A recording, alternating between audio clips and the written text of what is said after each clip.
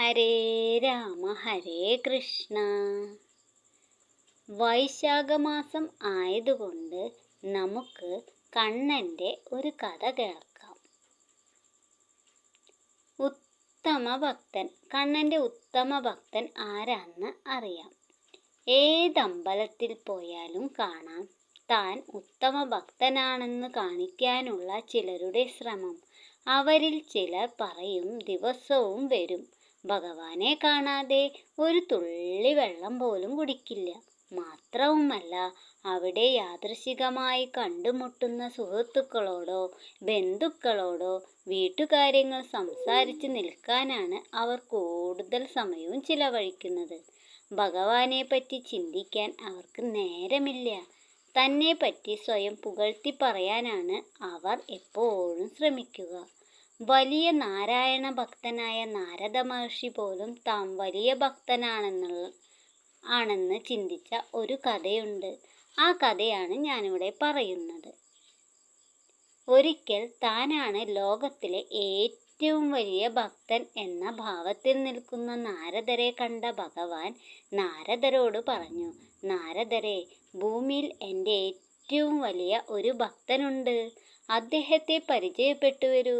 നാരദർ ഇത് കേട്ടു വല്ലാതെ അത്ഭുതപ്പെട്ടു. തന്നേക്കാൾ വലിയ ഭക്തനോ?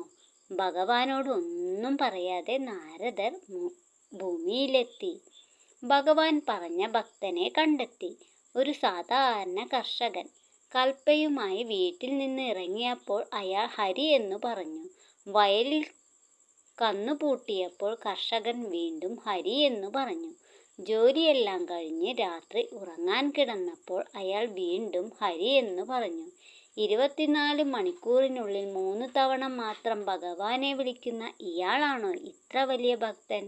താനാണെങ്കിൽ സദാസമയം ഹരിനാമകീർത്തനം ചൊല്ലി നടക്കുന്നു. നാരദർ തിരിച്ചു ചെന്ന് മഹാവിഷ്ണുവിനോട് ചോദിച്ചു, 3 പ്രാവശ്യം ഹരിനാമം സ്മരിക്കുന്നവനാണോ ഏറ്റവും വലിയ ഭക്തൻ?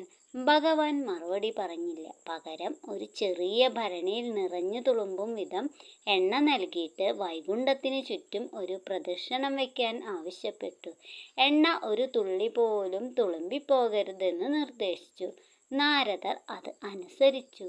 ഒരു വട്ടം പ്രദക്ഷിണം ചെയ്തു വന്ന നാരദരോട് ഭഗവാൻ ചോദിച്ചു, നാരദരെ, പ്രദക്ഷിണം ചെയ്യുമ്പോൾ അങ്ങ് എത്ര പ്രാവശ്യം നാമം ജപിച്ചു?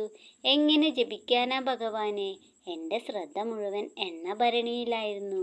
നാരദരെ, സദാ നാമത്തിൽ മുഴുകിയിരിക്കുന്ന താങ്കളുടെ ശ്രദ്ധയെ അതിൽ നിന്നും മാറ്റുവാൻ ഈ എണ്ണഭരണിക്ക് കഴിഞ്ഞു. ഒരു പ്രാവശ്യം പോലും അങ്ങ് എന്നെ സ്മരിച്ചില്ല.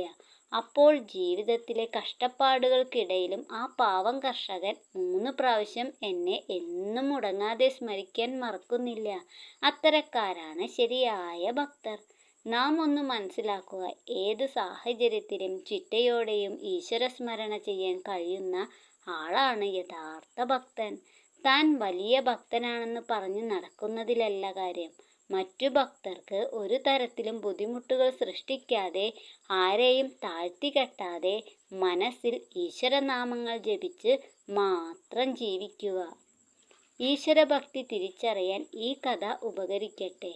എല്ലാവർക്കും കഥ ഇഷ്ടമായെന്ന് വിചാരിക്കുന്നു.